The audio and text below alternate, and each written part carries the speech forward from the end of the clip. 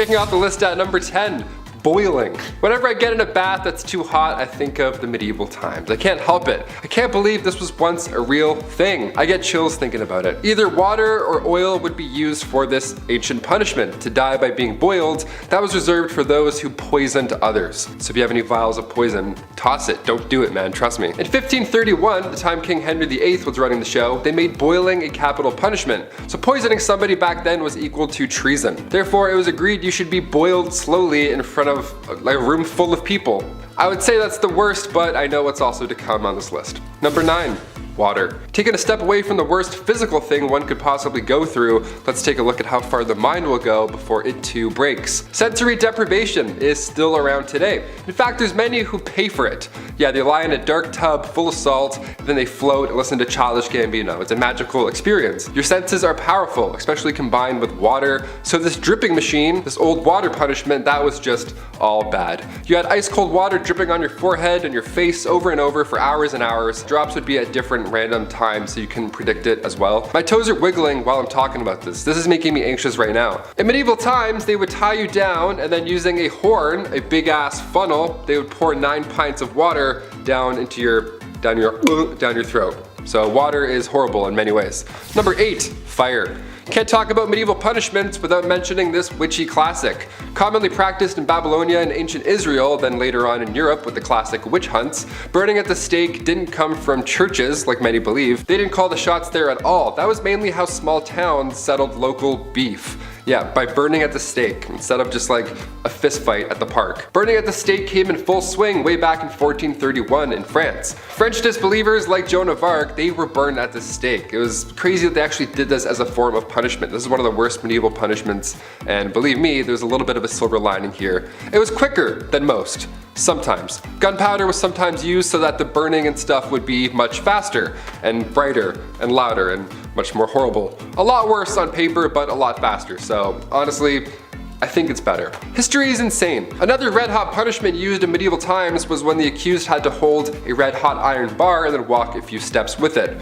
A red hot iron bar, your hands were literally toast at that point. Here's where it gets even worse though. 3 days later, the accused would come back to the court, and then when the bandages were removed, if their hands were healing, they started to heal, they were deemed innocent. They were on the path to goodness and whatever. If their hands were still in horrible condition from, say, I don't know, holding a red hot iron bar, then they were pronounced guilty. That's how the courts worked back then. Number 7, the rack. On to something not so hot and fast, but rather dull and slow. The rack is surprisingly well known. It was originally introduced to the Tower of London around 1420. The Duke of Exeter referred to this device as his daughter. What a weirdo. It's like guys who call their car like she. It's like, okay, just a little bit too close to your automobile, man. Relax. It was an open bed frame type device where your ankles were tied at the bottom and your hands were tied at the top. Already we're off to a horrible start.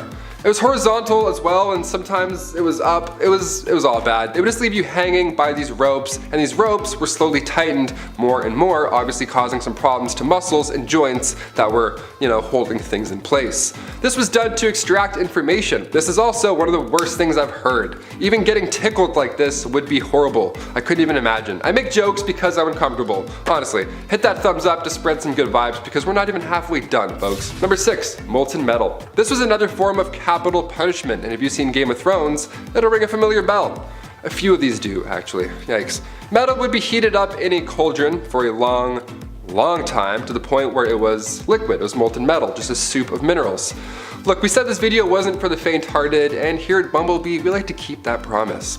They would then pour the molten metal on your head, or more commonly known, they pour it down the throat of the accused. Obviously, it wasn't done as a method to extract information, it was done to brutally end someone's life. Because they're not talking after that, of course. Execution by molten metal was supposedly done to a wealthy Roman general, Marcus Licinius Crassus, back in ancient times. The metal would burn your muscles and skin, literally cooking it, and then after a few moments, it would harden.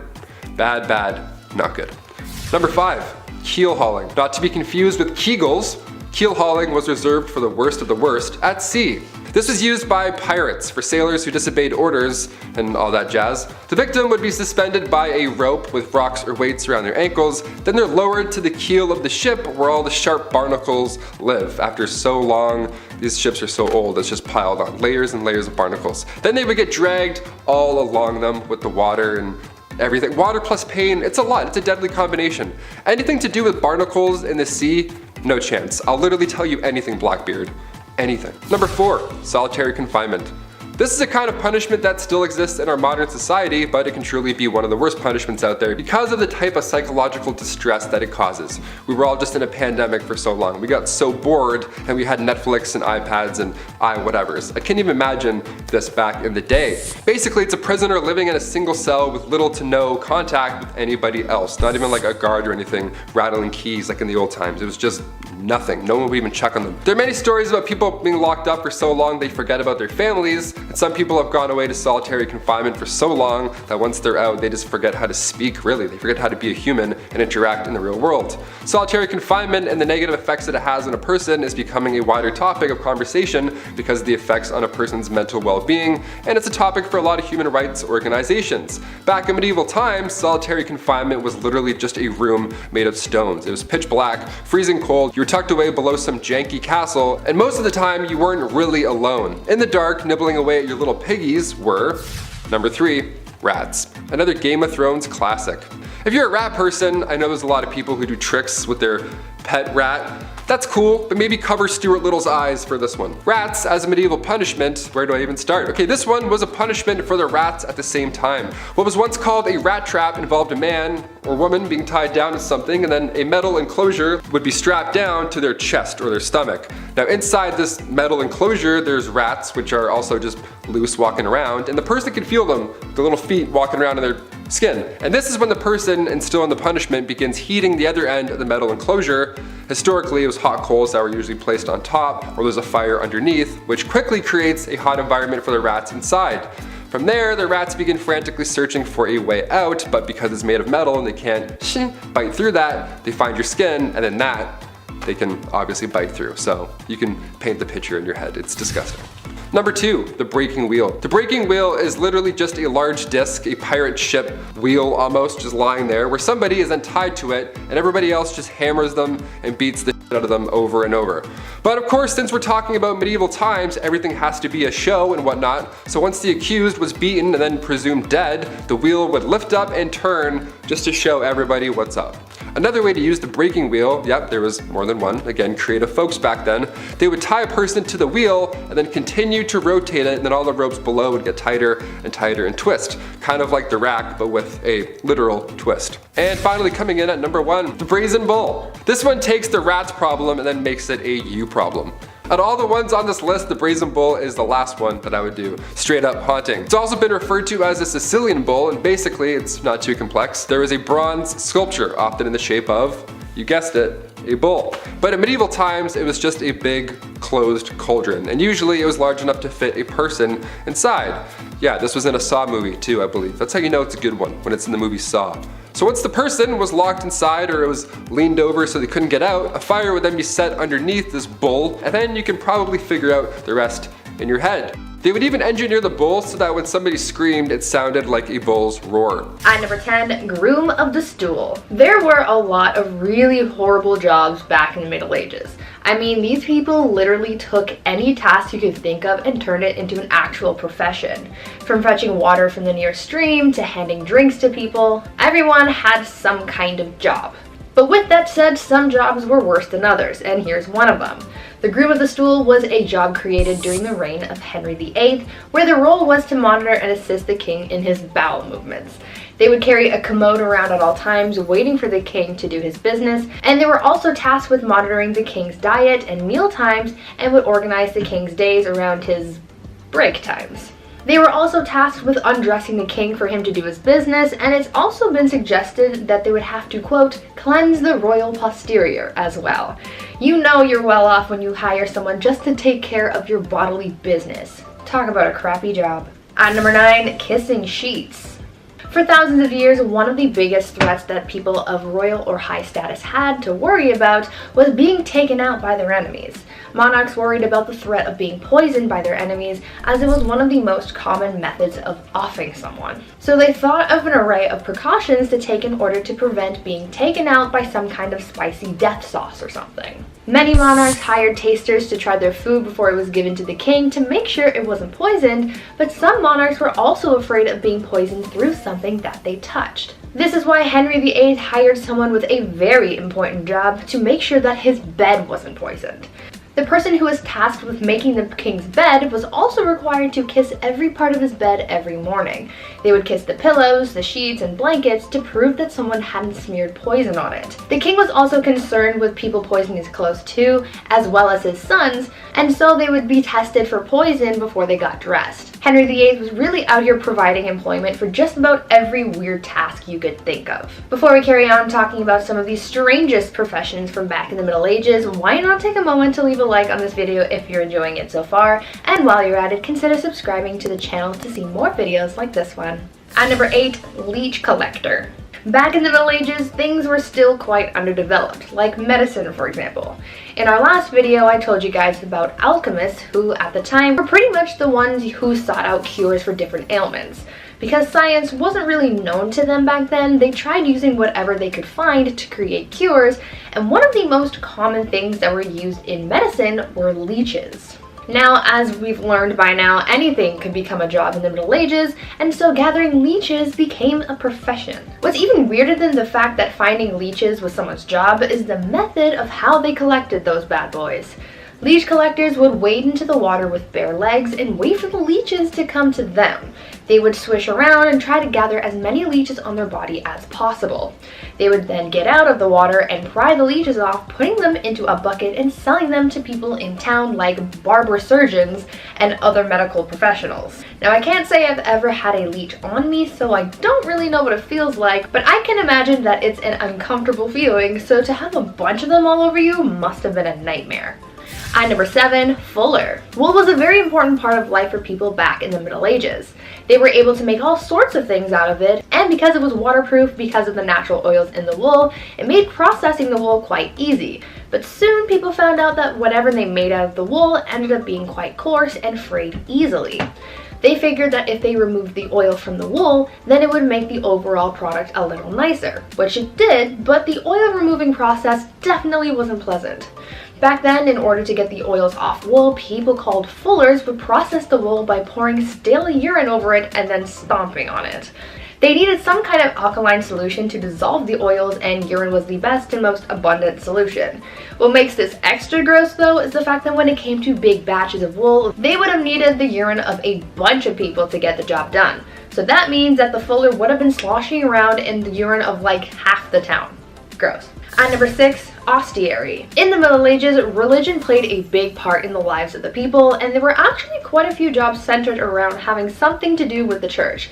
This is true with ostiaries, who worked almost like a secretary for the church. This position was normally held by a man who wanted to move up in the church's hierarchy. He was basically doing a menial task to butt kiss his way to the top. Ostiaries were tasked with being kind of like a church bouncer. They would make sure that unbaptized people didn't come into the church during certain times, and they would also man the doors during baptisms. This profession was based on the Roman habit of having a slave guard the doors of their master's house. At number 5, bear leader. Now here's a really strange job from the Middle Ages, which sounds both terrifying but also kind of cool. Back in the Middle Ages, blood sports were all the rage. Many of the monarchs who ruled during this time were obsessed with watching blood sports, which honestly kind of explains a lot, but that's besides the point. One of the most popular blood sports was bear baiting, which involved making a pack of dogs fight a bear. Sounds gruesome, but it also begs the question, well, where did you get the bear? Well, that's where bear leaders came into play. For bear leaders, their whole job was to lead bears from village to village so that they could participate in blood sports. Now it sounds super dangerous because, well, we're talking about a big bear, but imagine how much of a flex that would be to say, yeah, I wrangle bears for a living. Like, how cool would that be? Now that's something to put in your Tinder bio. At number 4, the piss prophet. As we all know, medicine wasn't all that advanced in the Middle Ages. There were no actual doctors, and the people you would have visited if you were feeling unwell were the same people who doubled as barbers, so I don't know how accurate their medical diagnosis would be. In medieval England, people didn't really know much about health, and many people were known to get diagnosed based on their pee. Back then, they believed that the consistency, color, and taste of someone's pee could diagnose someone's ailments. The people who collected people's urine samples were called piss prophets, and they had their own criteria for determining what was going on in someone's body based on their urine. According to the piss prophets, if your pee was white, then it was the ideal color, and that meant that everything was working properly. If it was wine-colored, like blue or black, then it meant that something was very wrong. And if it was green, then you were basically on your last leg and you should probably get your will in order. Now, I'm not sure how accurate these readings actually were because medicine was basically non-existent back then, but they tried their best with what they had, I guess. At number 3, muckraker. In our last video about unusual jobs from the Middle Ages, I told you guys about a job where people had to clean up human waste with ladles and then transport it elsewhere to keep the town clean. But there's another profession along those same kind of lines that I'd like to tell you about. Muckrakers were the people who were responsible for cleaning waste off the streets in whatever town they were in. You see, back then, people kind of just disposed of their waste wherever they pleased. But since this waste, like human and animal excrement, rotting food, and entrails, had nowhere to go and kind of just sat around the streets, you can just imagine how disgusting that must have been. So that's where muckrakers came in. These were brave people who basically rode around town, collecting waste off the ground and throwing it into carts to then be transported out of the city. As horrible as this job may sound though, these people actually made a lot of money. Muckrakers could make in 11 days the same amount as another laborer makes in 6 months. Would you do this job if it made you rich? At number 2, arming squires. I've talked about squires in a previous list about medieval knights, and if you've watched that video, then you might be familiar with how unpleasant the life of a squire could be. At a certain point in their training, a squire would be tasked with basically being an assistant to a knight, and a lot of their assistance was guided towards the knight's armor and weaponry. In the Middle Ages, arming squires were given the task of maintaining the knight's armor. So this meant that they had to make sure that the armor was clean and properly attached to the knight's body. This job was so serious that sometimes the arming squire would have to run out into the battlefield in the middle of a fight to tend to their knight's armor, which meant that they were risking their lives for a couple hunks of metal. And finally, at number 1, pier finders. Now, I think this last job on our list must be one of the worst ones by far. We've talked about how people harvested leeches, cleaned waste off the streets, and stomped on urine-soaked wool, but imagine if your job was just to go around the town and pick up as much dog poop as you possibly could. This was basically what people called pier finders would do. Dog poop was essentially used as a drying agent by tanneries to make leather for bookbinding. This was a lot of people's full-time jobs, but imagine how crappy this job would have been. I'll see myself out. At number 10, water carrier. These days, we have it so easy. We have the internet at our disposal to learn about pretty much anything, we have cars to get us from point A to point B, and all of our resources are close by. We get food from the grocery store and water from the taps in our houses. But back in the Middle Ages, things were a lot tougher for people, and they had to go through a lot just to get basic life necessities, like water for example. Getting water to people wasn't as easy as you might have thought, and so that's why getting water became a whole profession. In a medieval city, you lucked out depending on the area that you lived in. If you lived close to a river or stream, then you could get all the water you wanted and pretty easily too. But if you weren't so lucky to live near this resource, then you might have had to hire a water carrier to fetch it for you. People sought out strong young men to become water carriers for them, and as the name implies, they would get paid to go to the nearest source of water and bring it back for their employer. This profession became pretty popular in the late medieval period in London, and by this time, so many people were working as water carriers that they created their own fraternity. At number 9, town crier. I'm sure you've heard of the town crier at some point in your life, right? They're often incorporated into pop culture pieces that take place in the medieval times. When you think of the town crier, you might also think of the famous "Hear ye, hear hear ye that is associated with the speeches of the town criers. Back in the Middle Ages, the role of the town crier was a very important one, as it was a crucial way for the local authorities to communicate with the residents of their community. The town crier would often make announcements of new laws, royal proclamations, the start of events, and even the punishments of criminals. They were basically the news anchors of the past. Also, as I mentioned, we normally associate the town crier with the phrase hear ye, but the phrase first started off as oye, oye, oye, which later evolved into the phrase that we are more familiar with. Before we carry on talking about these strange jobs from back in the days of old, why not take a moment to leave a like on this video if you're enjoying it so far, and while you're at it, consider subscribing to the channel to see more videos like this one. At number 8, scribe. These days, most people know how to read and write. It's part of our basic education and is one of the first things that we are taught as kids in school.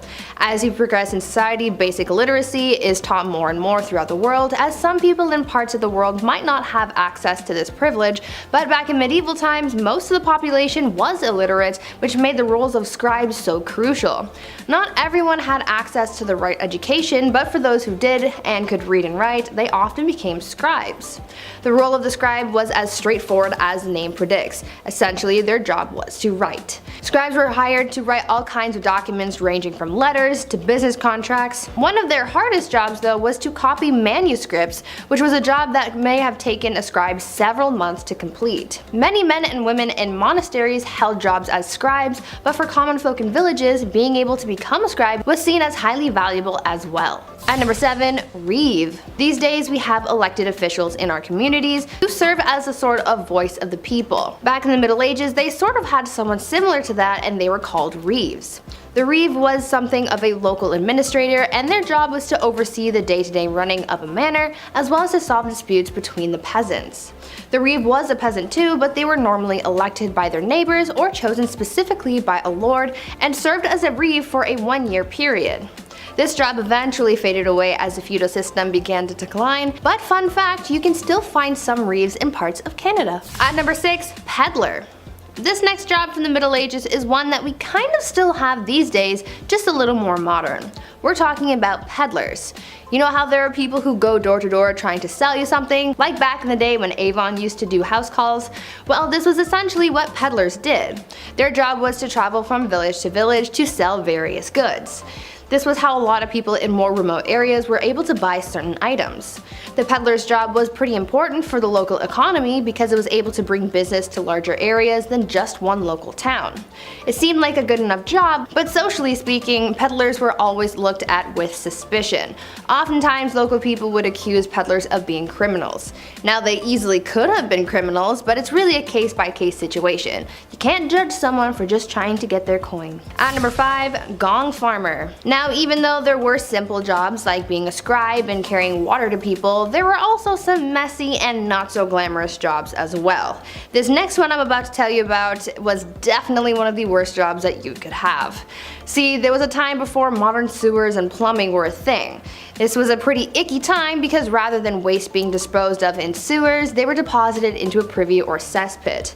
Now, these things had to be cleaned out periodically, and guess what? There were people who were hired to do just that. The gong farmer was someone who was hired to maintain the cesspits, and so they would be given a large ladle and they would scoop out the waste and transport it away. Now, I can only imagine how horrible that job would have been and how horrendous the smell would have been too. It sounds like an absolute nightmare, so I'm glad it's not a thing anymore. At number 4, galley rower. Now, as bad as it might have been to be a gong farmer in the Middle Ages, there was apparently a job that was much worse that people would do anything to get out of, and that was the galley rower. This was considered to be one of the most grueling jobs from the Middle Ages, and I can see why. These people would be tasked with working on a galley and rowing a ship along with a team of up to 1,000 other people. Apparently, people hated this job so much that they would try and avoid being picked to be a galley rower at all costs. Many people would join the priesthood in order to become exempt from becoming a galley rower. Usually this job would go to the poorest peasants and even slaves, as it became more and more difficult to find people for the job. That was one occupation that everyone agreed was the worst. At number 3, cupbearer. Now this is a job that I wish was still around. Not because it's a great job or anything, but I feel like it could have been cool to have my own personal cupbearer so I could feel like a queen, you know? The job of the cupbearer was pretty self-explanatory. Their whole occupation was to serve the monarch their drinks. Now I know I said I would have wanted a cupbearer so I could feel like a bougie queen, but the cupbearer's job was a little more important than just serving drinks. See, there was always the fear that the reigning monarch could get poisoned because it was a very common act of treason back in the Middle Ages. The cupbearer was the only person tasked with serving drinks to the king or queen because they had to make sure that it wasn't poisoned, even if it meant tasting the drink themselves before serving it, just to make sure that all was well in the cup. A lot of trust had to be put into this cupbearer so they could be quite influential in the courts if all went well. They were risking their lives and safety doing a pretty basic task, but it was for the good of the realm. At number 2, alewife. Speaking of drinks though, let's talk about how the drinks got into the cups and who made them. In medieval England, women were mostly tasked with the practice of brewing ale, and they were aptly named alewives as a result. Alewives were very important not only for business, but also for the good of their families. Brewing was a quote, small scale, low investment, low profit, low skilled industry, but it brought success to a lot of married women as well as a substantial amount of independence, since this would have essentially been their business and their own source of income. These women would always be hard at work brewing because they sold their ale quite quickly. Ale didn't have a very long shelf life, and so they would make and sell their beverages quickly to keep up with demand and to compete effectively with others in the trade. Eventually though, the alewife was extinguished by the 15th century as brewing became more commercialized and people sought to take the independence of women away. And finally, at number 1, alchemist. As you can probably imagine, science wasn't all that advanced back in the Middle Ages. There wasn't really much understanding of how the world worked. Back in these days, there were people who tried to practice science in a way that they knew how before many advancements in the field came out, and these people were called alchemists. These alchemists believed that it was possible to change metals and chemicals. They tried to purify metals to change them into other things, and one of the most common experiments was trying to convert tin into gold or silver. For other alchemists though, their mission was to come up with new medicines to heal people and cure them of their ailments. Alchemists were quite popular until the 17th century as the ideas behind alchemy were replaced by the science of chemistry. I guess you could say that alchemy walked so that chemistry could run. At number 10, shaming parades. If you've watched Game of Thrones, then you might be familiar with that scene where Cersei gets paraded through the streets of King's Landing while naked, while someone behind her is ringing a bell chanting shame. Ding ding ding. Shame. It's kind of a meme, but it's also based on a real medieval tradition called shaming parades. For years, people have loved shaming others. I think it's kind of human nature at this point, and obviously back then, they didn't have social media to use as their preferred method of ripping on someone, so they got creative. Depending on what the accused did, their punishment would vary, but the one thing that stayed consistent was them being paraded through the streets for everyone to watch. Specific punishments were given for specific crimes. For example, if a tavern owner served bad beer, then they would be paraded through the streets and forced to drink the beer. If they were caught stealing a pig, then they would walk through the streets with a dead pig around their neck and a crown made of pig's feet. People would throw things like glass, rocks, and even dead cats at whoever was being paraded, and it was quite the spectacle. Now, would you rather experience this or being cancelled on social media? At number 9, cemetery fun. What types of things do you guys like to do for fun? Do you play video games, or read, or maybe you watch Netflix or YouTube? And where do you like to go for fun? Maybe the mall, or to your friend's house? Well, if you lived in the Dark Ages in Europe, you would go to the place where everyone goes for fun. The cemetery. Yeah, you're gonna go kiki it up with the corpses, and unfortunately, they're not corpse husband. Although, corpse, if you're watching, hit me up. I love you. Anyways, back in the Dark Ages, the cemetery was the place to be. It was considered to be the social hub of the community. Back then, people held theater performances, elections, trials, and even set up businesses in the cemetery because graveyard shops were exempt from taxes. There was quite a lot going on in the cemetery, and it was almost like the equivalent to going to the mall. But I want you guys to tell me if you would ever be like the people in the Dark Ages and just go to the cemetery for fun. Before we carry on talking about the weirdest parts of life from the Middle Ages, why not take a moment to leave a like on this video if you're enjoying it so far, and while you're at it, consider subscribing to the channel to see more videos like this one. At number 8, judging tears. In modern times, somehow we've come up with the idea that only girls are allowed to cry.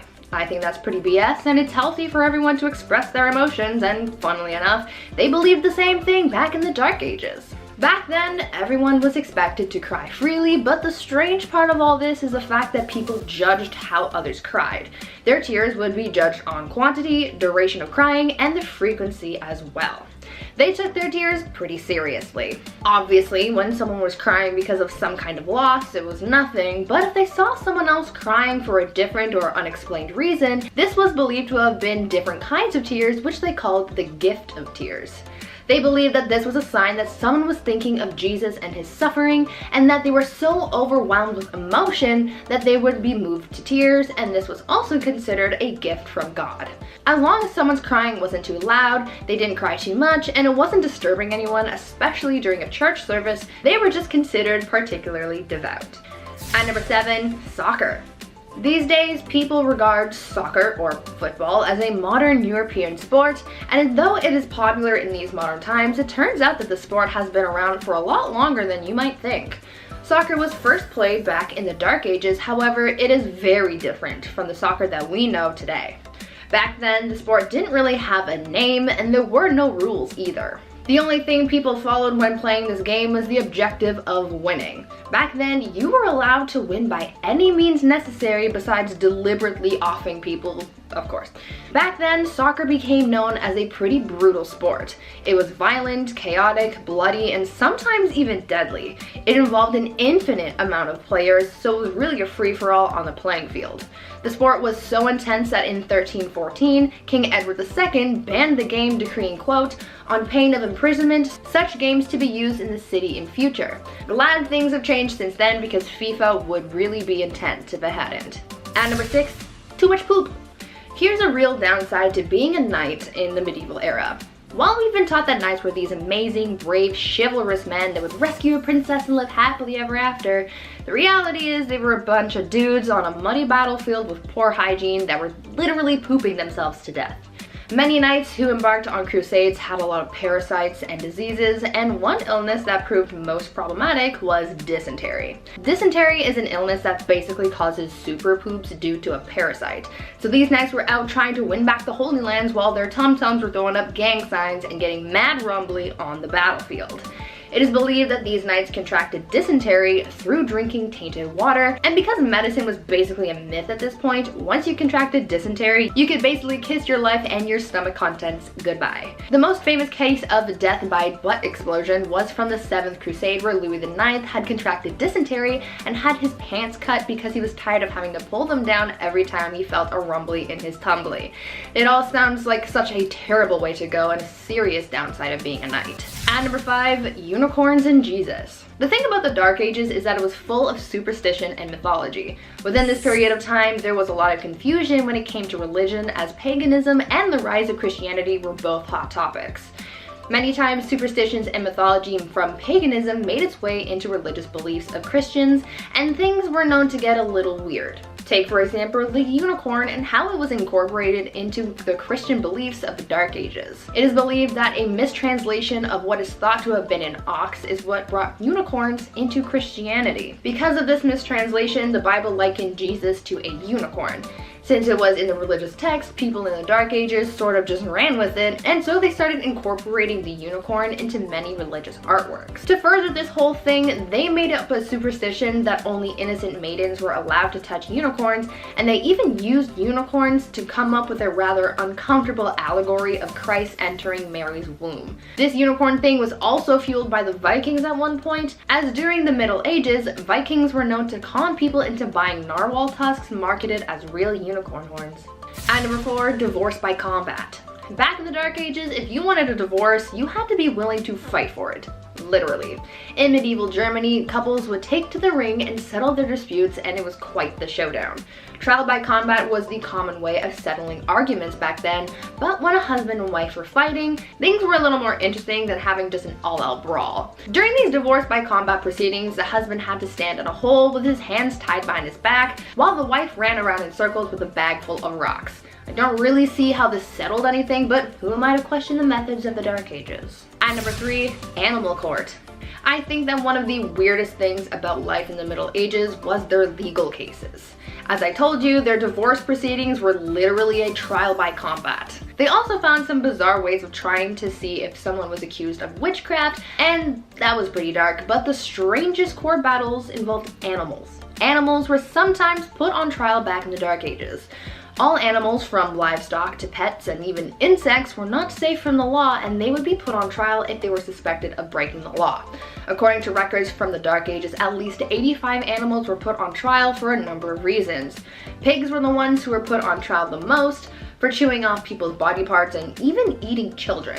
In 1474, a rooster was put on trial and found guilty of an unnatural crime of laying an egg. And even unwanted rats were put on trial and received strongly worded letters demanding that they leave the premises. The most bizarre case, though, involved a donkey who went through a legal trial and actually won. This donkey became the victim of unwanted advances, but was deemed innocent because someone declared her to be a, quote, virtuous and well-behaved animal, end quote. These people had just way too much time on their hands. And number 2, yummy people. As you could probably imagine, for medieval knights, desperate times called for desperate measures. Oftentimes during battles, supplies would run out, and knights would be left dealing with starvation on top of everything else they were going through. This proved to be quite a huge problem during the Crusades, because after supplies and food started running out, people got desperate and started seeing each other as snacks, if you know what I mean. Some of the poorest crusaders resorted to eating people to get them through the journey to take back the Holy Lands, and as you can imagine, it was a pretty gory sight to see. Knights back then recalled seeing enemy forces on spits and dismembered people lying around in plain view. It was rough being a knight back then, and the amount of shortcuts and strategies people came up with just to survive got real dark real fast. And finally, at number 1, watching consummation.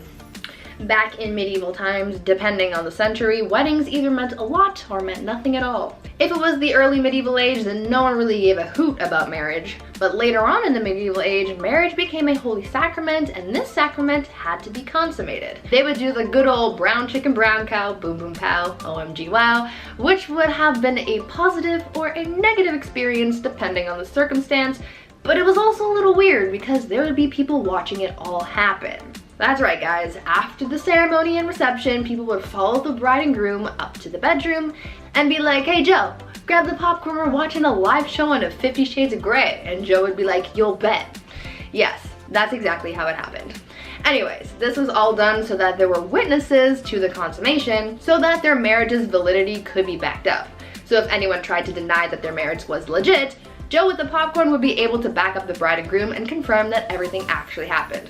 Kinda kinky, kinda weird. At number 10, watching consummation. Back in medieval times, depending on the century, weddings either meant a lot or meant nothing at all. If it was the early medieval age, then no one really gave a hoot about marriage, and I'll get to that later. But later, in the medieval age, marriage became a holy sacrament, and this sacrament had to be consummated. On the night of the couple's wedding, they would do the good old brown chicken, brown cow, boom boom pow, OMG wow, which could have been a positive or negative experience depending on circumstance, but it was also a little weird because there would be people watching it all happen. That's right, guys. After the ceremony and reception, people would follow the bride and groom up to the bedroom and be like, hey Joe, grab the popcorn, we're watching the live showing of 50 Shades of Grey. And Joe would be like, yo, bet. And then that's exactly how it happened. Anyways, this was all done so that there were witnesses to the consummation so that the marriage's validity could be backed up. So if anyone tried to deny that their marriage was legit, Joe with the popcorn would be able to back up the bride and groom and confirm that everything happened. Kinda kinky, kinda weird. Number 9, dowries. Today's weddings are so insanely expensive. I don't know if it's ever gonna happen for me, for that reason alone. But, you know, they kind of replaced the dowry altogether. But what was a dowry? It was a set of assets, money, material, goods, real estate that would be given to the groom once the couple united. The purpose of the dowry was to entice a groom to marry the bride if he wasn't already attracted to her. A kind of, we will pay you to marry our daughter kind of vibes. But it also acts as a kind of insurance for the bride. Should the marriage end in divorce, the husband is expected to pay it back. So yes, there were indeed take-backsies if things got really bad. Though considering divorce and annulments were rare and the money really never belonged to her, not the best rule to live by, but the groom would also pay something called the bride price or bride wealth. The groom was expected to pay a sum either in assets or money to secure a lady's hand in marriage. This implied security for the bride and their family. But yes, in both accounts, technically, a bride could be bought and sold for whatever price the family/groom deemed appropriate, so really just a marriage pawn. At number 8, shotgun wedding. Marriage and weddings back in the medieval ages were practiced very differently compared to today. Back then, people started getting married and having kids very, very young. Usually, girls would be married off as soon as they hit puberty, so around the age of 12, and they would start popping out as many spawn as possible because the high infant mortality rate made it very difficult to grow a family. On top of the duty to further the population, these marriages weren't for love. Arranged marriages were the norm back then because it was mostly used to join families for status or alliances, or because your dad owed Billy from down the block a favor and he offered you to his son Billy Jr. Marriage ceremonies were also very different back then. Because marriage wasn't as big of a fuss as it is now, it didn't matter where you got married or how soon. You could get engaged in the morning and be married by lunchtime if you really wanted to. Most people didn't need permission to get married, so they could hold the ceremony anywhere.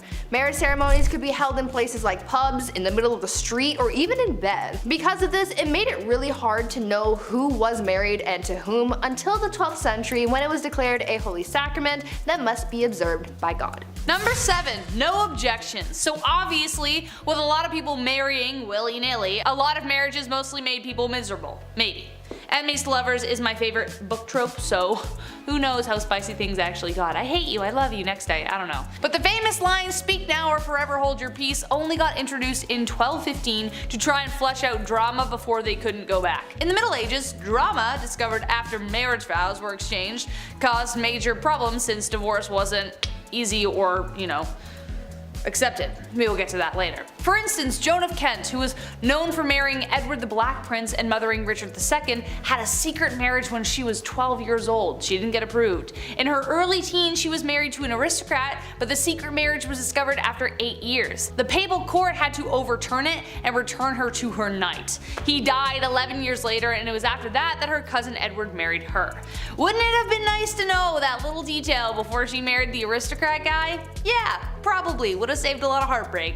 Hence why the "speak now or forever hold your peace" was introduced. At number 6, shoes. Back in the days of old, shoes were apparently a huge staple in society. They were pointy and weird and expensive and complicated, and were even integrated into marriage practices. During the wedding ceremony, it was a tradition for the father of the bride to take one of the bride's shoes and give it to the groom. The groom would then tap the bride on the head with the shoe in a token of his authority. But the shoe traditions don't stop at bopping people on the head like little bunny foo-foo. You know how these days there's a tradition of throwing the bouquet at weddings, and apparently whoever catches it is the next to get married? Well, that tradition sort of came from the medieval tradition of throwing shoes at weddings. Instead of throwing flowers, brides would throw shoes at their bridesmaids to determine who was next to walk down the aisle. Now, this whole bride throwing things idea has failed me before because I caught a bouquet once and I'm as single as ever, so maybe someone needs to chuck a shoe at me or something this time. Please. Number 5, the bedroom trial. So divorce, again, wasn't a thing. On the upside of dying early, it potentially meant that you weren't locked in a marriage for too long. If the marriage did end, it wasn't a divorce, it was an annulment, which was very expensive. A common reason this happened was due to consanguinity, which was close relations by blood or marriage, which was forbidden. Other grounds would be adultery, leprosy, and impotency. Also failure to concede to the marriage debt, which was the obligation for both spouses to engage sexually. It actually didn't matter where this happened, you had to do it even if it was in a church. It was a big deal. Enter the bedroom trial. Court cases from the 14th century show records that bedroom trials took place that would determine whether a marriage should continue. The bedroom part is exactly as it sounds. The man and the woman were placed in a bed together and were to be watched by the wise women for several nights. If over the course of the night the man's member remains of no use, i.e. impotence, then it was determined that the marriage should end. But the wise women were most likely either complete strangers or the groom's grandmother. So I doubt that would have helped with the getting it up part.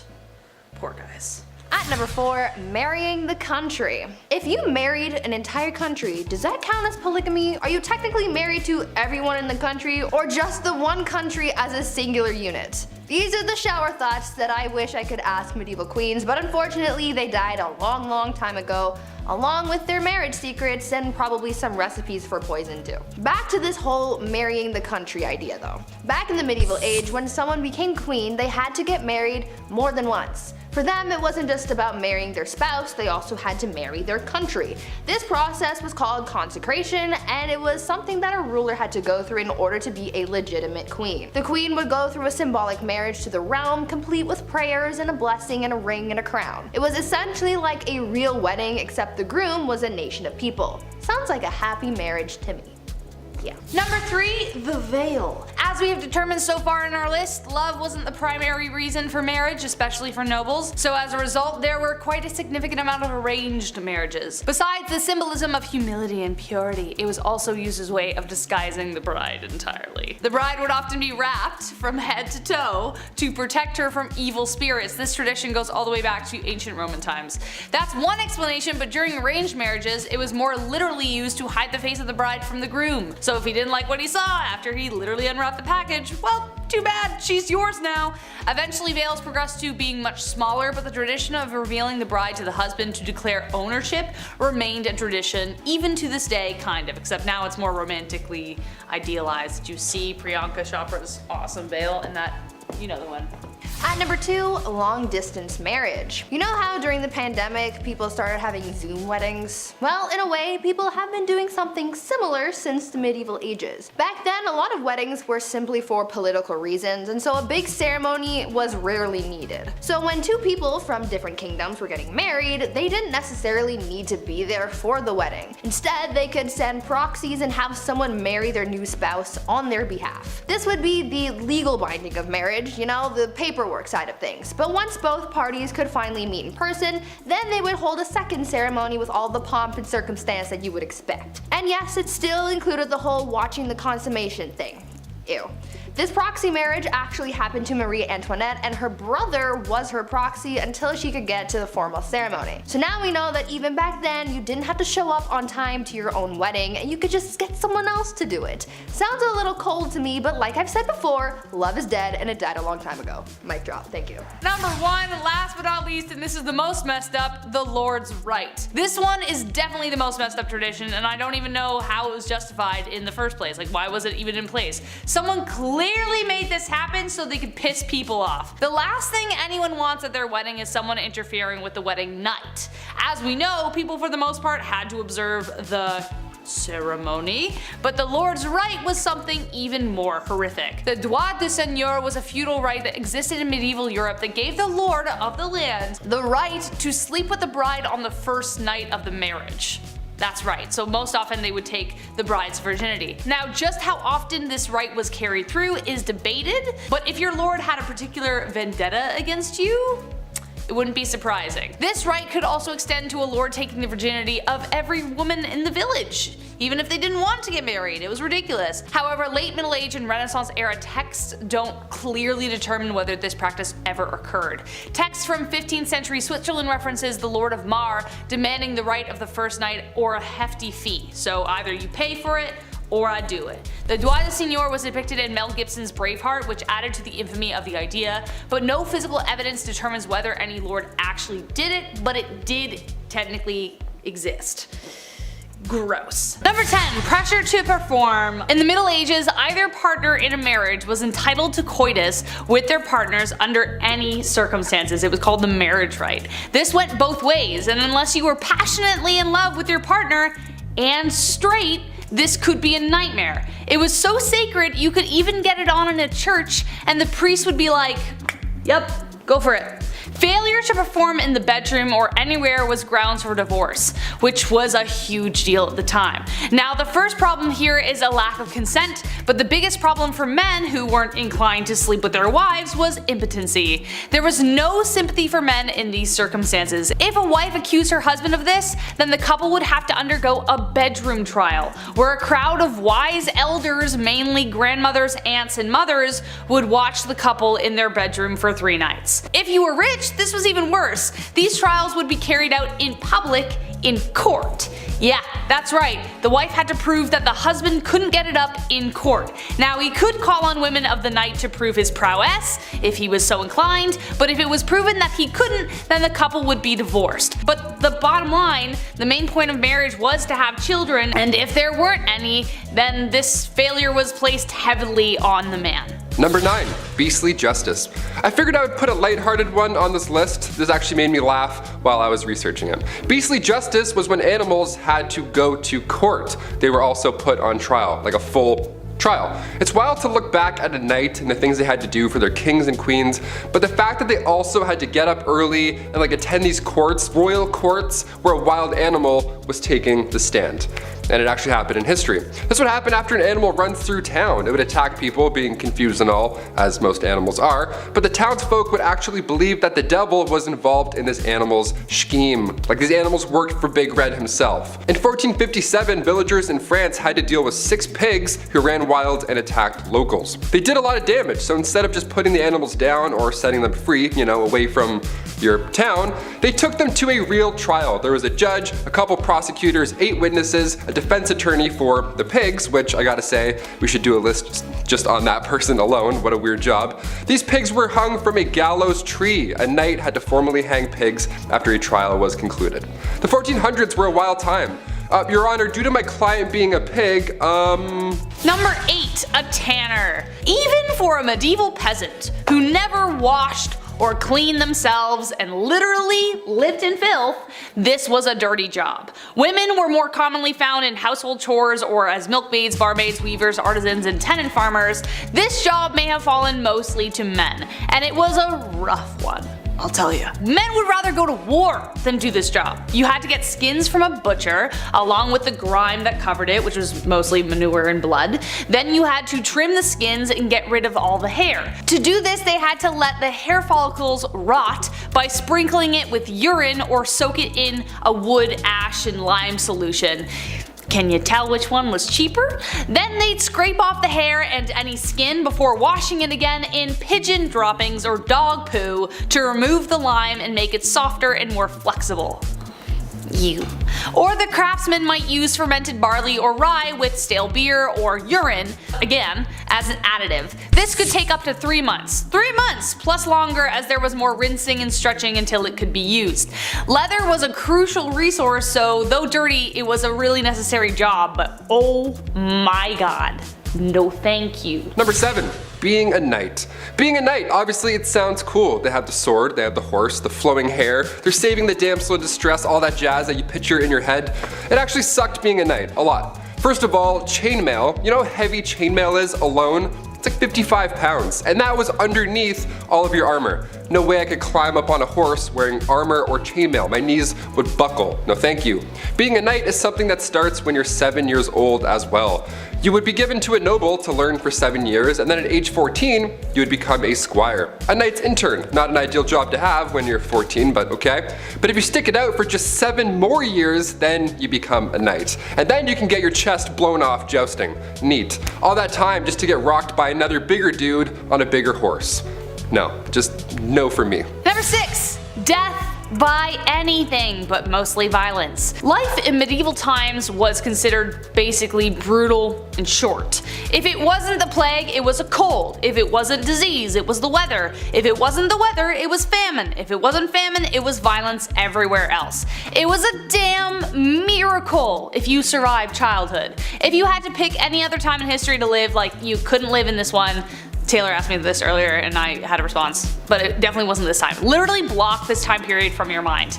Between 1330 to 1479, men could expect to die 9 years sooner than their female counterparts. The reason was violence against men by other men. But the biggest factor that made especially men's lives so short was the violence, as I mentioned. Think about it. It was men who were often called to war with only their farming tools, or if they were proper soldiers they would have had more, but they were called off to do jobs that literally required them to kill or be killed.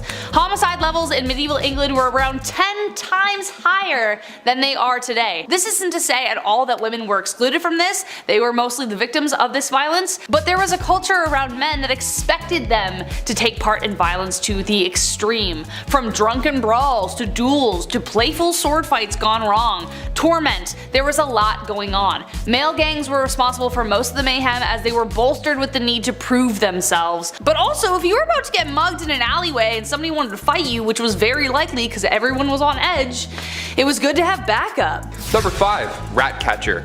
As the name hints towards, rat catchers are one of the worst jobs you can have in and around a castle. It's an important role, of course, like being a fool or a literal walking, talking toilet, which I'll get into later, but there needs to be a chasseur de rats.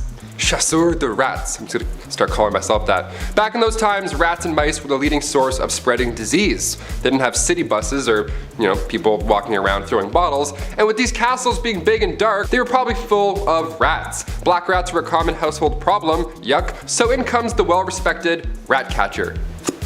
These guys would sometimes try and use spells to get rid of rats.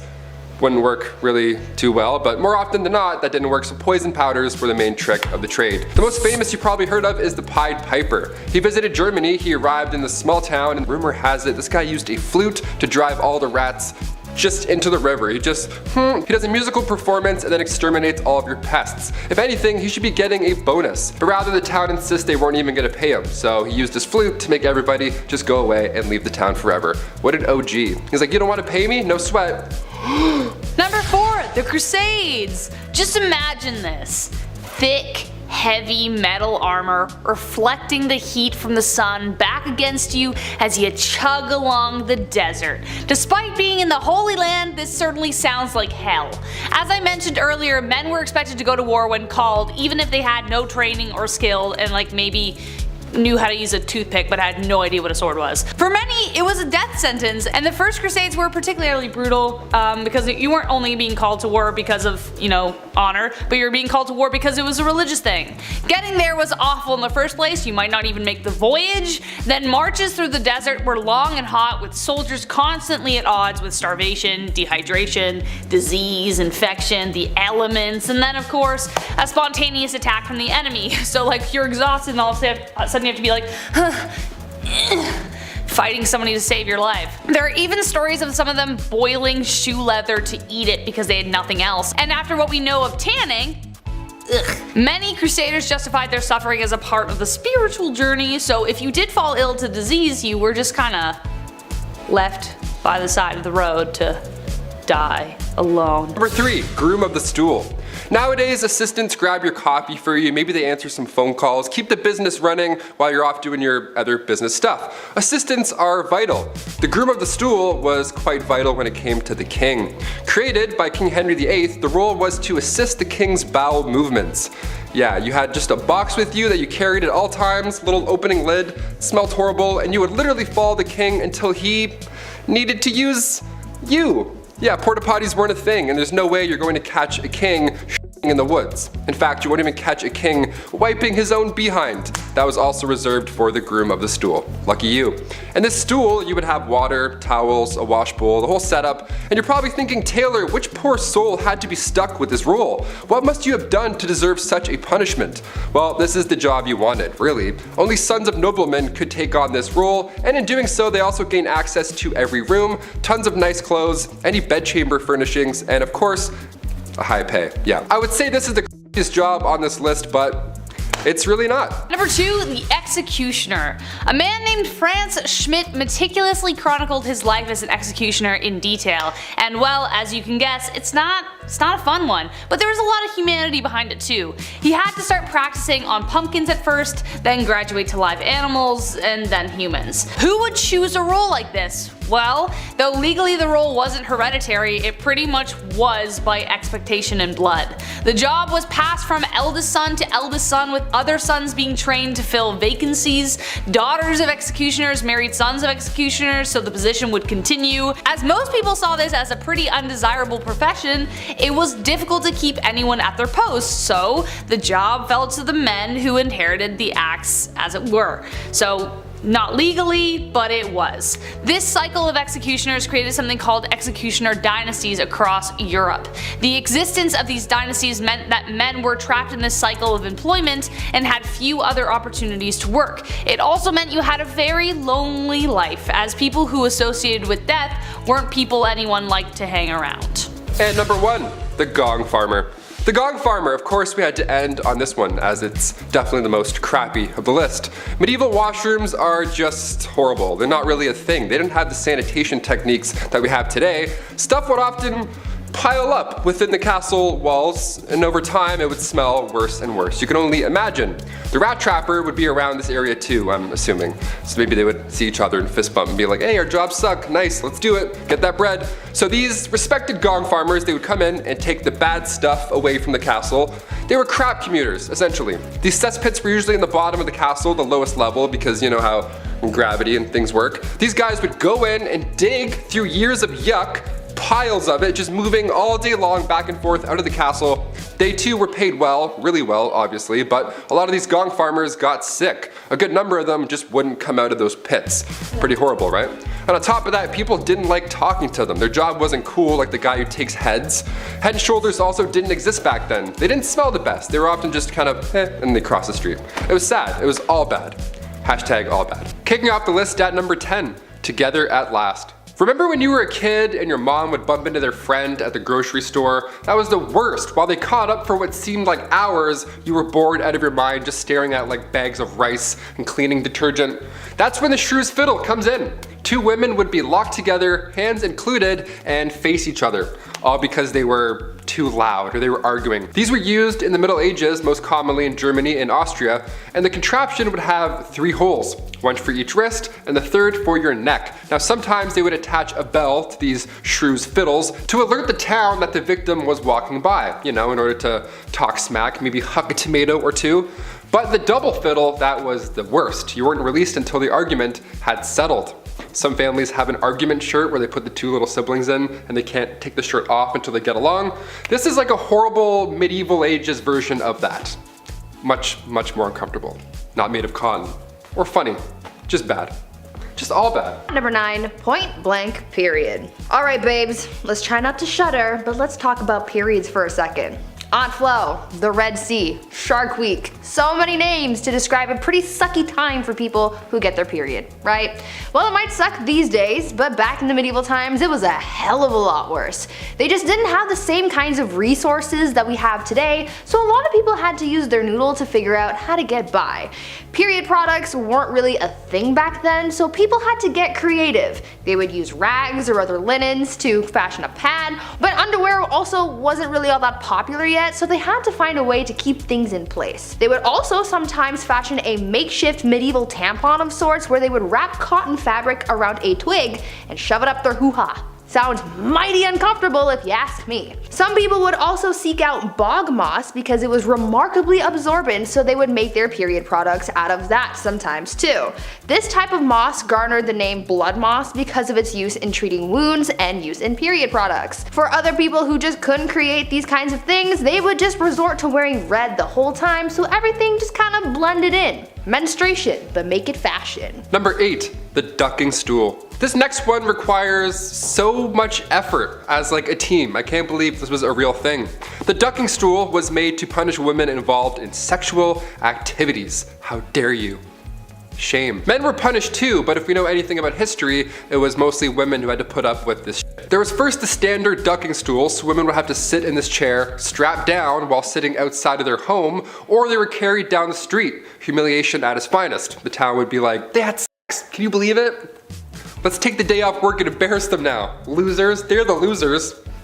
So stupid, so backwards. The second version of the ducking stool was essentially the same thing, only it was ducked into a river over and over and over again to cool her moderate heat. At least that's what French writer Francois Maximilien Misson says. They should cool off all those angry villagers, if anything. I don't know, dip them in the river. They're the ones burning with rage because somebody who lives over there had sex once. It's really weird. Go home, relax. At number 7, Satan's incarnate. Back in the medieval age, women were very much oppressed and incredibly misunderstood. I mean, they thought so many women were witches, and as time went on, the criteria for diagnosing a woman with witchitis or whatever got bigger and bigger to the point where literally any woman could be accused of being a witch for the most BS reasons. Back then, people thought that women were Satan's incarnate, and so they were predisposed to sin, and therefore, they had to be witches. Logic, not quite present, but go off, I guess. There were 4 reasons why a woman could be considered part of the devil's posse. 1, because it was believed that women are foolish and gullible, which is why they turned to magic. 2, because women are insatiable when it comes to their carnal pleasures, and so they seek out help from the devil to satiate their needs. 3, because women talk a lot and we speak lies apparently. And 4, because women are weak, and the only way we can seek revenge is by using magic powers and spells. Now what in the balls is this all about? I don't know. Maybe men in medieval times were just jealous that they couldn't kiki it up with the devil, or because they knew deep down that women run the world. Number 6, nosy neighbor. If you were a man back in the Middle Ages and you had an affair, well, you would have to pay a fine. And then that's it. You would go back to your life. But if you're a woman, like everything else on this insane list, it was so much worse. Affairs happen a lot, okay? It's normal. Remember that Ashley Madison scandal back in 2015? It sucks, but also it's not surprising at all. This isn't news to us. Back in the Middle Ages, women were treated the worst for these affairs. They would take their noses off. They would literally take a woman's nose and or ears off of their face because they had an affair. Frederick II used to punish adulterers by using rhinotomy. That was the removal of one's nose. The whole point of this was to make the victim unattractive. Isn't that the worst thing you've ever heard? This is a real thing people did, swear to God. Thing is, nobody is running around confessing that they're cheaters. Somebody has clearly spilled the beans, so they knew what was gonna happen if they got caught, yet they would still rat each other out. Meanwhile, the guy just pays a small fee. Snitches get stitches. Just saying. At number 5, married young. Lots of people get married at different ages. I mean, I know people I went to high school with who are already married, and I know people who didn't get married until later in life. But in medieval times, women, or rather girls, were getting married off at very young ages. At just 12 years old, a girl would reach the age of maturity and was then entitled to marry, usually to someone her parents had already chosen for her. To me, that just sounds so unfair, right? I mean, this kid hasn't really been able to live their life, make mistakes and learn from them, and now they're expected to be a wife and soon a mother? I could never. I mean, I'm only 22, so I'm not even thinking about those prospects, but I couldn't even imagine the amount of pressure that would be on a 12-year-old at the time. What's worse than just the age at which these girls got married was the treatment that they received from their husbands. Under civil law, a husband was literally allowed to physically harm his wife. In moderation, of course. It was actually a medieval tradition for husbands to, quote, treat his wife as a pupil and teach her manners. As you could imagine, this made a lot of wives really mad, and so many wives offed their husbands. But things rarely got better after that, because if they were caught, they would be sentenced to burn at the stake. Note to self, don't get married in medieval times. Number 4, the walk of shame. We've all heard the term walk of shame at some point, but what does it really mean? And also, where did it originally come from? Well, it was originally referred to as a skimmington or rough music. I know, it doesn't mean they would blast Slipknot this whole time. This was done to wives who were bossy or overbearing. They would be forced to walk through the entire town barefoot. All those crooked, horrible stone roads, ankles just toast. It was horrible. They would also be scantily clad too, because why not? Because men are making the rules, that's why. And as you guessed it, crowds would be waiting outside, all prepared to bang pans and yell horrible things at her. I guess these dudes just never had jobs. I don't know, they were just always on standby, ready to yell at a lady walking by through town, bare feet, all because she was deemed too bossy. Okay. If you're wondering who exactly is responsible for these public humiliations, the court. The official court. Judge Judy back in the day would be like, yes or no, did you raise your voice? Okay, case dismissed. Take your shoes off, we're done here. What a joke. At number 3, ladies of the night. Sometimes you gotta do what you gotta do to get that coin, right? We all have our side hustles and dead-end jobs to be able to afford rent and whatnot. And sometimes we're not exactly proud of the work that we do to make money. It was the same back in medieval times. People had to find any means to make money, and for a lot of women, they used what their mama gave them to support themselves and their families. One of the more positive sides of life for women in medieval times was the fact that being a woman of the night was actually a recognized profession. Later on throughout the times, this profession would be deemed illegal, but in medieval times, it was as common as being a baker or something. These women were actually considered to be merchants because they sold their bodies as if it was any other sellable good. Being a woman of the night was such a common and widespread profession that nearly every town in medieval times had a brothel, even in towns with small populations. So yeah, maybe they didn't have that big of a marketplace, but they no doubt had a place where you could go see some quality mommy milkers. Number 2, grand theft witchcraft. If you were a woman in the Middle Ages, you were accused of being a witch pretty often. They thought women communicated with the devil, like Bree mentioned earlier, just because some townsfolk with 3 teeth said so. Great, thanks Abe. Good job, good report. The punishment for practicing witchcraft wasn't a heavy fine like guys who cheated, but they would be burnt at the stake. This was popular in Scotland along with drowning. Those are the 2 big ones. Remember earlier how I said women would sometimes be dipped into a river or a pond? Well, they would also sometimes just be left there. It's called witch dipping, and depending on if she floated or sank, that's, witch or not. The dumbest thing I ever heard. If you were charged with treason or witchcraft, that was the ideal punishment, because it surely beats burning to death in front of an entire village. This all got out of control come the start of the 17th century with the Salem witch trials. That's when people were like, you know what, I think this is wrong. I think we should stop, let's put this torch out, I think we're good. That's when 19 people were executed for being witches. God forbid you knew how to do bedmas in the Middle Ages. Also, that's a lot of coordination to get that many townsfolk together and be like, okay, you need this, how many people are standing here? Almost like you would use basic math to figure that out. You're a witch too. Spoiler alert, we're all witches, because we know things. I don't know, I hate this. And finally at number 1, crimes of the heart. For some unknown reason, people were really out here in these streets in medieval times trying to accuse women of everything. Witchcraft was a common accusation, but the other common crime that women were often accused of was adultery. But you see, the thing is, someone could accuse a woman of adultery even if she never had physical contact with another person. Now, how the heck does that work, you ask? Well, it depended on where these people lived. During the medieval age in the Byzantine Empire, it was considered adultery if they spent a night outside of their husbands' or parents' homes. In Slavic parts of Europe, a woman could be considered guilty of infidelity for simply going to a public event. I'm pretty sure with this logic, if you even breathe in the same general vicinity of a man, then you could be accused of adultery. I mean, what the F is that up? The only bright side, I guess, is the fact that when it came down to punishments for adultery, men usually got the worst punishments in comparison to women. However, they would be accused of this crime way less often than women, so I guess in a way we still got the short end of the stick. Damn it. Number 10. The Domesday Book, 1085. The Domesday Book was created under William I, also known as William the Conqueror. Like, you're already the first, man. You don't need 2 names, come on. This guy basically drew up a book to document people's money so that he could tax them. Oh yeah, this is the very first time surveyors went town to town and recorded how much money you would owe for simply just doing you. Men would show up at your house asking how much money you made and document your spending habits. 5 shillings on groceries, huh? Okay. And 5 on that phone plan. Look, tax season's coming up, Arthur. It's not looking good, man. Talk about a bunch of crooks, huh? Imagine owing someone money for just trying to make an honest living. Yeah, thank God that didn't catch on, right guys? Oh, speaking of, I gotta phone H&R Block.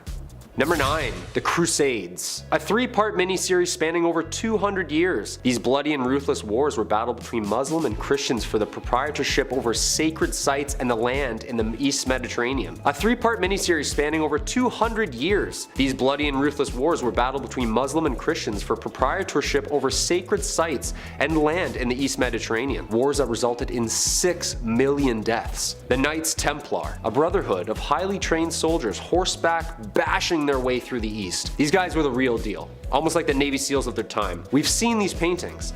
The elite fighting force with the red cross painted on their chests. I wonder if they had to do a Hell Week. These soldiers were the most trained and savage fighters in all the Christian armies. Richard I leading the 3rd and final crusade, earning him the name Richard the Lionheart. Back then the names were always something so aggressive and scary. It was never like Richard the Clownfish or Henry the Pygmy Goat. Nah, we need fear. way more fear. Number 8. The Magna Carta. The year's 1215. We need some laws, people. This document was one of its kind. A document setting out the laws and limitations from the common man to King John himself. A legal system written down so that there are clear do's and don'ts. No free man shall be seized, imprisoned, dispossessed, outlawed, exiled, or ruined in any way, nor in any way proceeded against except by the lawful judgment of his peers, and the law of the land. Did you get all that? Write that down. Except women. They don't have laws. And they can't act in plays. Sometimes people needed to face the music. And even animals. Huh? That's right, animals. Being tried in a court. A lively and popular event trying any law-breaking animal from goats to pigs to even chickens. Ladies and gentlemen of the court, did you, Mr. Feathersworth, peck the floor, yes or no? Objection, Your Honor, leading the witness. My brain can't fathom this, guys. Number 7. The Battle of Bannockburn. This infamous battle between Scotland and England was one of the most important battles of the Middle Ages. The end of the bloody war for independence. Basically, Scotland was like, yeah, we're gonna go over here and roll our R's. The gruesome wooden wars were caused by the English invading Scotland in 1296. A leader slowly rising the ranks, William Wallace, the guardian of the King of Scotland himself, holds off the English forces and is knighted a hero to Scotland. Unfortunately, like every hero back then, he was also hated. He was captured, hanged, drawn, and quartered. Like, why do you have to do all that after he dies? Like, he's dead. Not fun. The battles between Scotland and England ended in 1314 with Robert the Bruce securing Scotland's independence, adding like 45 more dialects to the UK. Freedom! Number 6. The Black Death. Ooh, talk about a curveball. The year's 1348. People are saying things like, don't let the bed bugs bite. Clearly not a very clean and safe time. The Black Death, aka pestilence, aka the Great Mortality, or simply known as the Plague. Single-handedly the worst pandemic ever recorded in history, wiping out somewhere between 70 to 200 million people. Ooh, now I get where bless you comes from. Someone sneezed back then and everyone's dead at 14. This is where we see those doctors in the terrifying bird outfits with the long noses stuffed with garlic and herbs. Excuse me? Yeah, he's not wearing a mask. I'm just trying to watch a cat publicly get skinned. Yeah, 6 feet please. Some doctors prescribed urinating on a person so that the bad smell would drive out the infection. Can you imagine? Just a doctor writing you up a script and go ahead and pee on yourself about 4 to 5 times a day. Take with food. Should be gone early next week. And just let me put my mask back on here before you leave. There you are. The plague started in Europe in October 1347 when 12 ships from the Black Sea docked at the Sicilian port of Messina. Most sailors aboard the ships were already dead, but those who were still alive were covered head to toe in black boils that oozed pus and blood. Ugh. Sometimes the Black Death included fever, chills, vomiting, diarrhea, temporary loss in motor skills, and then of course, death. Number 5. Joan of Arc. Finally, a woman in the Middle Ages.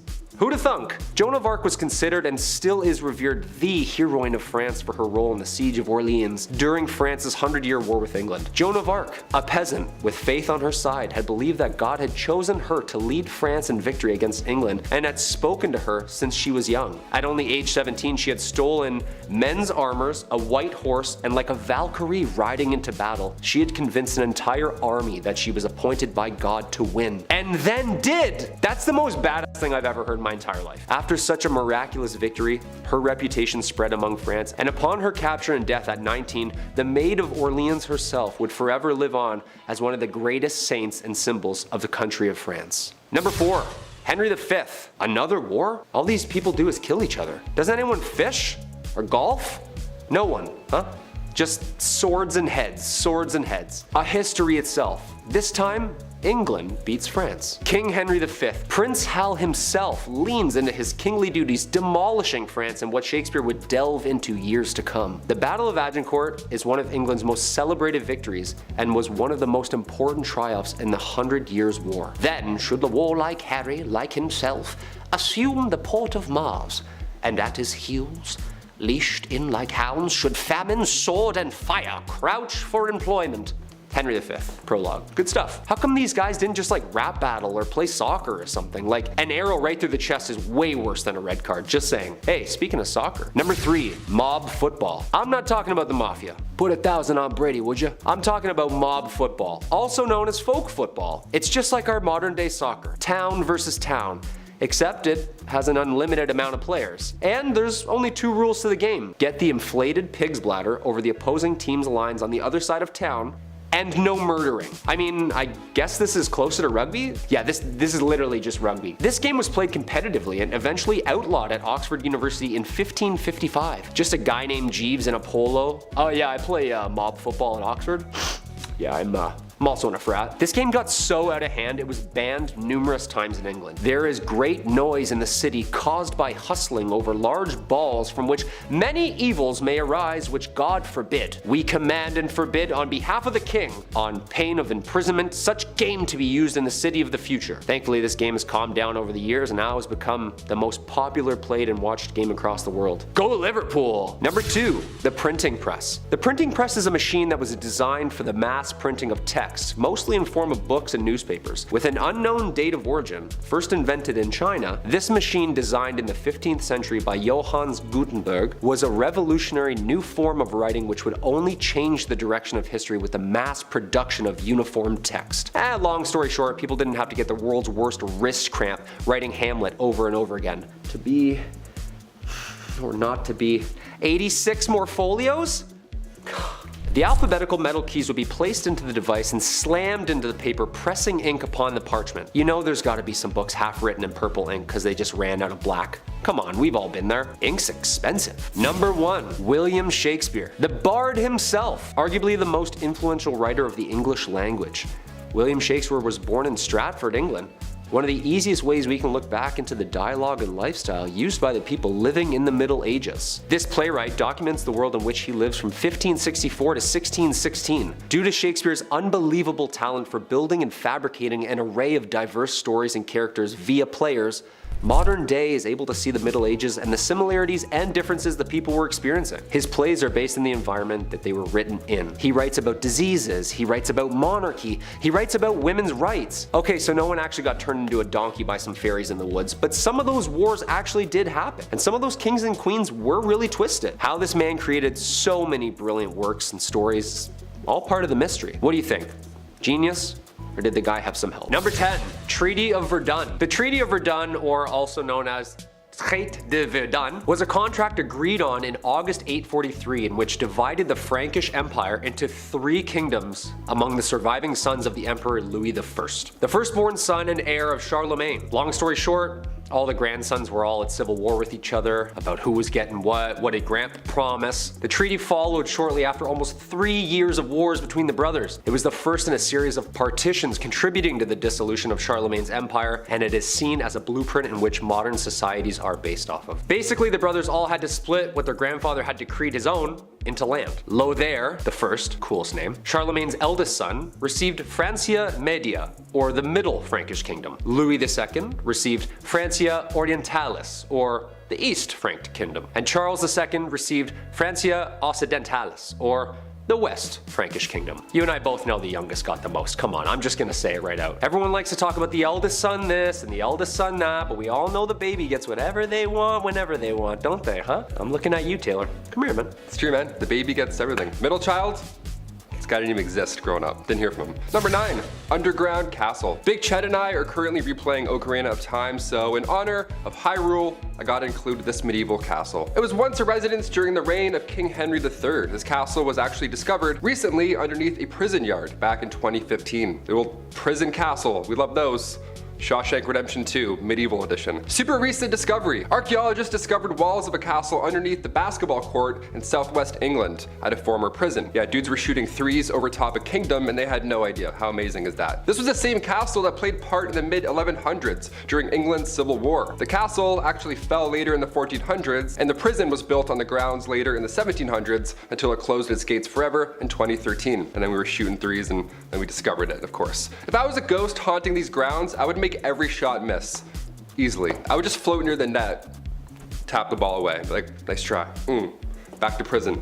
Number 8, stonemasonry. So we all know about who wrote what and who translated what to what text and which language while writing what play, which was based on who, but who built all this stuff? When we think of the Dark Ages, we can't forget the megalithic Leviathan stones carved and molded together to create the enormous Gothic castles and cathedrals that are still standing to this day. How did people do it back then? Well, masons in medieval England were responsible for building. Masons were highly skilled craftsmen, and their trade was primarily used in the building of castles, churches, and cathedrals. There were three main classes of stonemasons. There was the apprentice, the journeyman, and the master mason. So what would a medieval construction site exactly look like? Well, of course there's the master mason. He's usually the head and the overseer of the work, and he's the most skilled of the tradesmen. This is like the head honcho on site. We've all seen this guy walking around site. He's always angry, he's always yelling, "Hey, who's got the plans? You, give me those. What are these? Backwards, you idiot. I'm gonna put the window down there." So how did they exactly chisel out all of these castles from one giant rock? Well, they didn't. The stone had to be quarried first.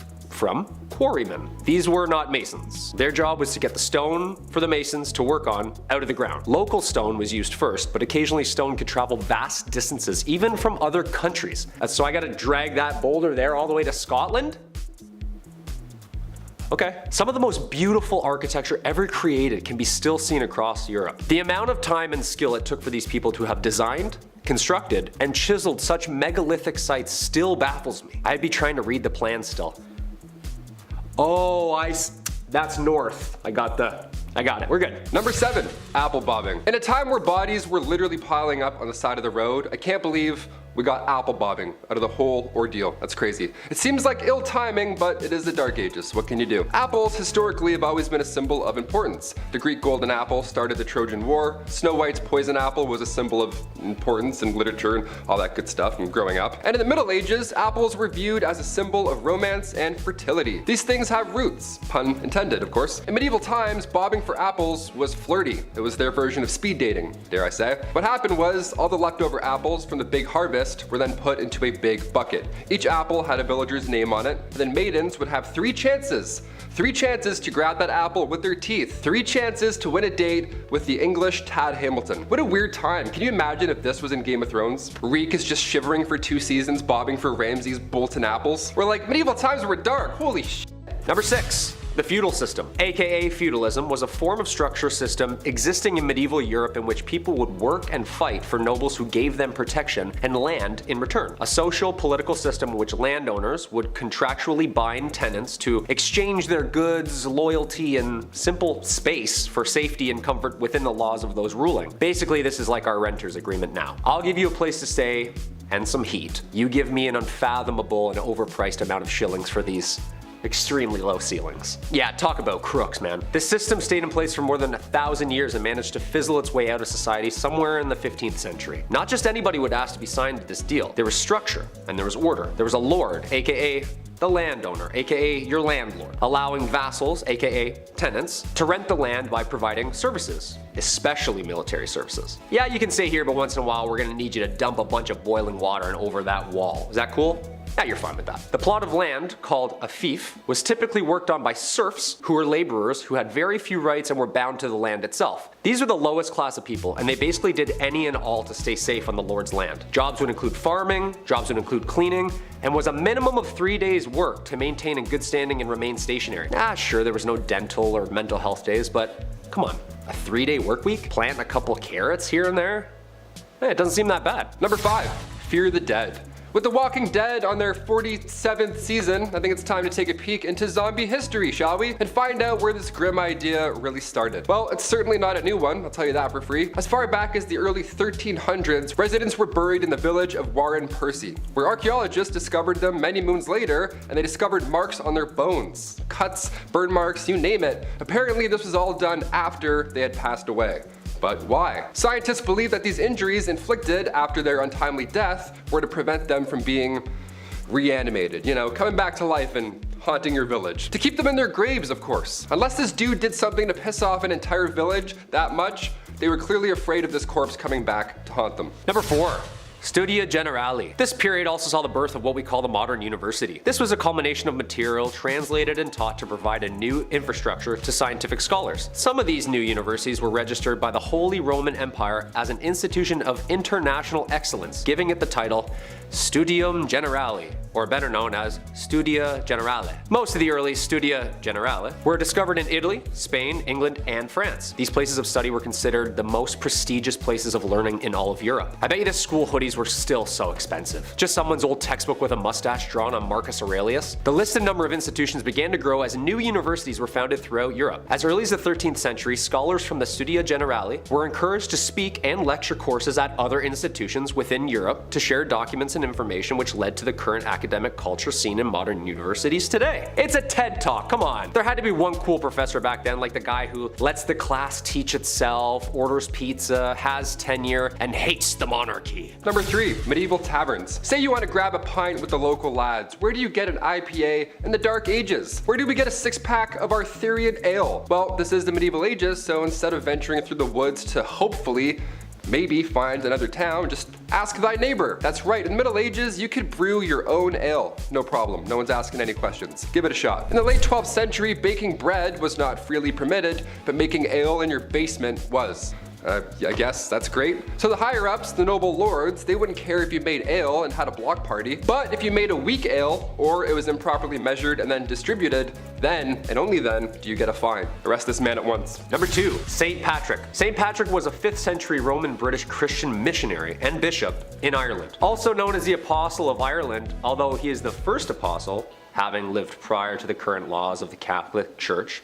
He is considered a saint in the Catholic Church and is regarded as the enlightener of Ireland. The dates of Patrick's life are not certain, but there is a consensus that he was active in Ireland during the 5th century, making his rounds as a missionary, speaking the good word of God. But let's get into what everyone talks about with this guy. The good stuff, like slamming a green Guinness or getting all the snakes out of Ireland. I mean, I love the structure and the faith and stuff, but also chasing every snake out of an entire country with a walking stick. Shoo! Shoo, you fool, you bleeding bleeder, go, go! Do you know how big Ireland is? St. Patrick's Day is on March 17th, the supposed date of his death in 461 AD. It is enjoyed inside and outside Ireland as a religious and cultural holiday and remains a celebration of Ireland itself. And finally, number 1, dancing plague. A medieval plague, but make it groovy. Yeah, let's start dancing. That's right, the dancing plague. This was a real danger back in 1518. I'll try not to laugh, but I'll try. This was perhaps one of the weirdest events in history. Fra Trofea was the first victim of said plague. She was moving her body around frantically, so much so that it resembled a dance or something, in the middle of the Holy Roman Empire. And as if that wasn't weird already, dozens of others began to join. And then more, all moving their bodies with a similar, wacky, frantic twist. This was long before Chubby Checker came along, so we still have no idea what was going on here. Like, we're out of guesses at this point. This twist lasted for months. People were dropping on the spot. It was scary and confusing. In total, there were around 400 victims that fell to this mysterious illness. That's a lot of deaths. That's a lot of real deaths. This was documented in 16th century historical records, so I don't think the story is made up per se. No one would make this up. It's terrifying. A Catholic saint at the time, Saint Vitus, was believed to have the power to curse people with said dancing plague. What an amazing power also. Guy starts moonwalking away, you're like, beat it. Some suggest this was a cult, others believe they ate toxic rye. Who's to say for sure? Either way, we're all dancing. Okay, number 10, location, location, location. So first off, let's begin at the very foundation as to why medieval castles were built in the first place. And the biggest hint lies in where they were built. From the 11th century onwards, medieval castles were built for a few reasons. 1, to demonstrate wealth. 2, provide a place of defense and retreat. And thirdly, to defend important passageways and landways. Oh, and it was a nice place to live. But specifically because of the last few reasons, where a castle was built really mattered. Some were built by the sea to have a strong advantage over naval attacks, or they were built on hilltops just like you see in the movies. The more they could see, the better the chance they had of anticipating the enemy's attack. But even still, some castles took this idea to the extreme, such as Castle Monte Titano, which literally looks like it's about to fall off of a cliff any moment, or Przemyśl Castle, which was built into the side of a cliff face and is only partially visible from the outside. This would definitely make it difficult for anyone to attack the fortress given the rough terrain, but still, like, how did they even build that? How did you even build it? I don't even know. Just the talent, pure talent. Number 9, helmeted cock. No, not talking about what you think I'm talking about. Think about how much entertainment you consume on a daily basis. You're watching me right now, scrolling on TikTok, Instagram, movies, Netflix, whatever you want to do. The desire for entertainment is strong in humanity, so medieval nobles found ways to insert the funnies into everything they could, even food. Helmeted cock was one such entertaining delicacy that delighted all of the guests behind the castle walls. It was essentially a rooster stitched to a pig and then roasted. Another game they used to play with their food was live frog and chicken. They would put live frogs into pie shells so that when someone cut into it, all these frogs would just ribbit about the dinner table. Hilarity! And then live chicken was significantly darker. They'd pluck a live chicken in boiling water in front of the guests, like in a jacuzzi, and when it passed out, they'd glaze it to look like it was cooked. Then they would lay it on the table, and when the chicken finally came to, it would bound up and down the table to the delight of the guests. This poor chicken who's like frantically being like, where the heck are my feathers? I'm naked! Just awful. Weird times. Weird times. What else were they gonna do? Number 8. The art of dying. To see where I'm going with this, check out this pic.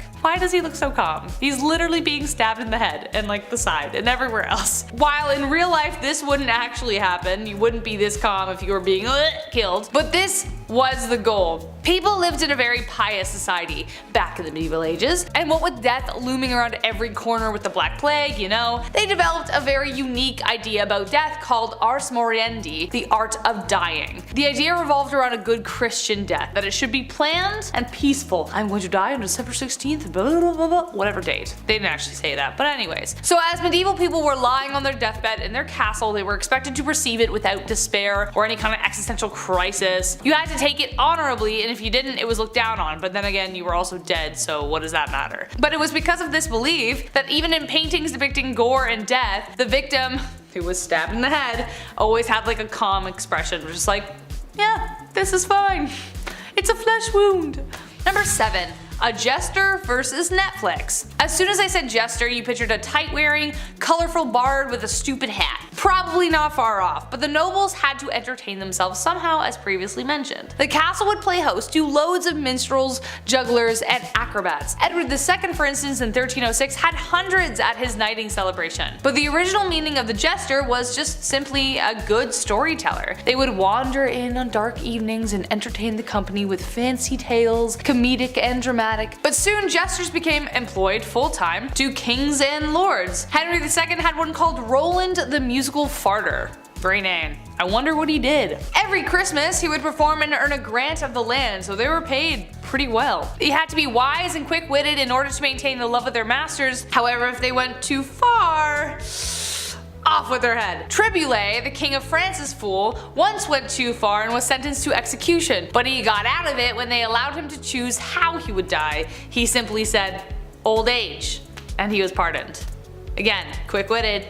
Number 6. Gazing out of windows. Imagining a world where women are restricted from education, business autonomy is thankfully getting harder and harder to do. But even without feminism, women still operated within the constraints of a patriarchal society in very important ways. It was their job to run the entire castle when the lord was away, for instance. They weren't just staring out windows, waiting to lower their hair for a handsome suitor. Medieval noblewomen, for instance, had the responsibility of running the household and enforcing it. Lords were often away on crusades, war, court, or even just dead. So it was up to the ladies to run the estate, finances, and even to defend the castle against attack. Also, if the husband was dead, many women would choose not to remarry because you had more advantages being a widow than being married. You would essentially be treated as a man, especially in terms of property and things like that. Religion was also incredibly important, and one of the restrictions for women at the time was that they were forbidden from touching the altar. So in order to metaphorically dance around this, they donated their clothes to the church, which would eventually be worn by the clergyman,